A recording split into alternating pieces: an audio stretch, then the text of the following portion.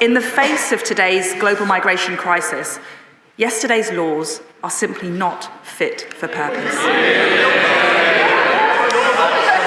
So to anyone proposing de facto open borders through unlimited safe and legal routes as the alternative, let's be honest, there are 100 million people around the world who could qualify for protection under our current laws. Let's be clear, they are coming here. We've seen a 500% increase in small boats crossings in 2 years.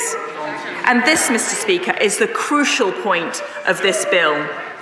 They will not stop coming here until the world knows that if you enter Britain illegally, you will be detained and swiftly removed. Removed back to your country if it's safe, or to a safe country, a safe third country like Rwanda. And that is precisely what this bill will do. That is how we will stop the boats. Mr. Speaker, this bill enables detention of illegal arrivals without bail or judicial review within the first 28 days of detention until they can be removed. It puts a duty on the Home Secretary to remove illegal entrants and will radically narrow the number of challenges and appeals that can suspend removal. Only those under 18, medically unfit to fly, or at a real risk of serious and irreversible harm, an exceedingly high bar in the country we are removing them to, will be able to delay their removal. Any other claims will be heard remotely after removal. And when our Modern Slavery Act passed, the impact assessment envisaged 3,500 referrals a year.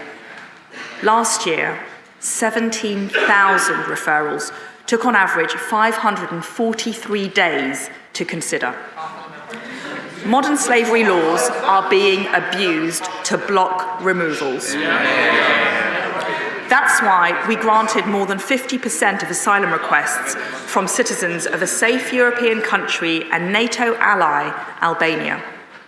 That's why this bill disqualifies illegal entrants from using modern slavery rules to prevent removal. Mr. Speaker, I won't address the bill's full legal complexities today. Some of the nation's finest legal minds have been and continue to be involved in its development. But I must say this, Rule 39 and the process that enabled the Strasbourg court to block at the last minute flights to Rwanda after our courts had refused injunctions was deeply flawed. Our ability to control our borders cannot be held back by an opaque process conducted late at night with no chance to make our case or even appeal decisions. That's why we've initiated discussions in Strasbourg to ensure their blocking orders meet a basic natural justice standard, one that prevents abuse of Rule 39s to thwart removal. And it's why the bill will set out the conditions for the UK's future compliance for such orders. Other countries share our dilemma and will understand the justice of our position.